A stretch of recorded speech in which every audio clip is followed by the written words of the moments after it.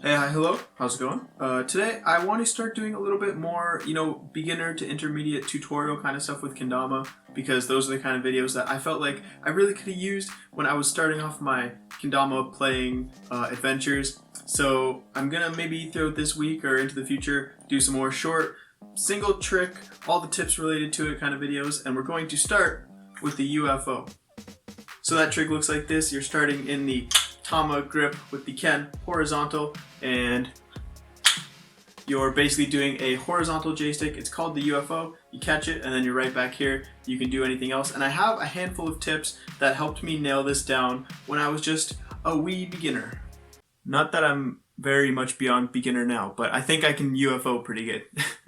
The first thing, probably the most helpful tip, is rather than throwing up the UFO, waiting for it to come down, and then catching it, you want to use your Tama hand to trace the movement. So what I mean is, instead of the UFO going up, imagine it spinning, going up and you're waiting for it to come down and catch it, as it goes up, you want to follow it.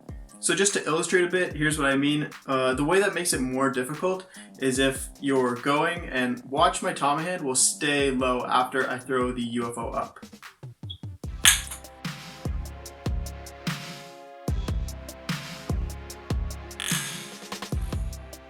So see how I was kind of just waiting down here for the Ken to come back down? What you want to do to make it a bit easier on yourself is follow the path of the Ken as it's in the air with your Tama hand, more like this.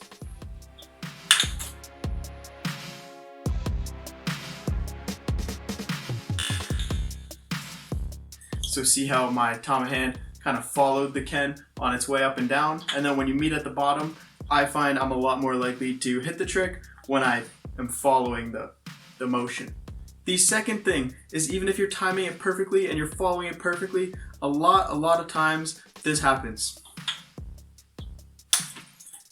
where the spike simply does not go where the hole is. So what's a good tip to help the spike meet the hole? For me, I have to instinctively train my brain to go for the catch sooner than I think is right. Because the thing is, when you see the spike coming around, you see the spike coming, if you're going for when you see the spike is in the right spot, it's too late because the Ken is spinning, so you want to meet it as it's spinning. Maybe I can show you from this way.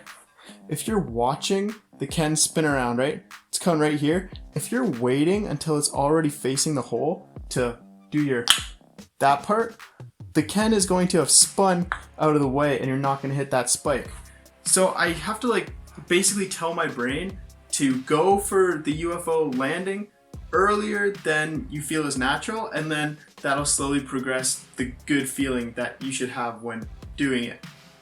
So if I wait for the spike to be in the right spot as it's spinning, it's too late. But if I, trust myself and go a little bit early, hear that? I hit the spike. The last thing, once you're following the motion and you've kind of started to go a little bit early, you can hear that you're making that spike connection. The last thing is that I used to go with so much force that I would catch the UFO, but then I would shoot the Ken right back out like that. So the real way you want to tackle the ending is kind of, again, you're training your muscle memory with all these things, but when you hit the UFO, train yourself to give a little scoop at the end, because you're really ending the UFO like this, right? You're not gonna end it like this because it could just fall out. So basically that looks like this. Once your UFO is down, instead of just... Another tip, don't do your UFOs next to anything.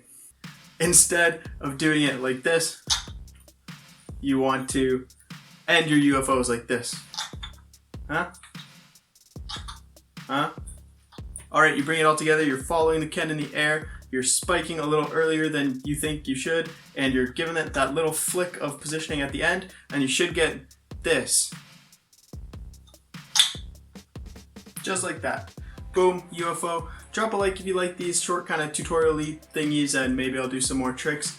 And yeah, enjoy your UFOs and all the other stuff you're doing, and have a good day.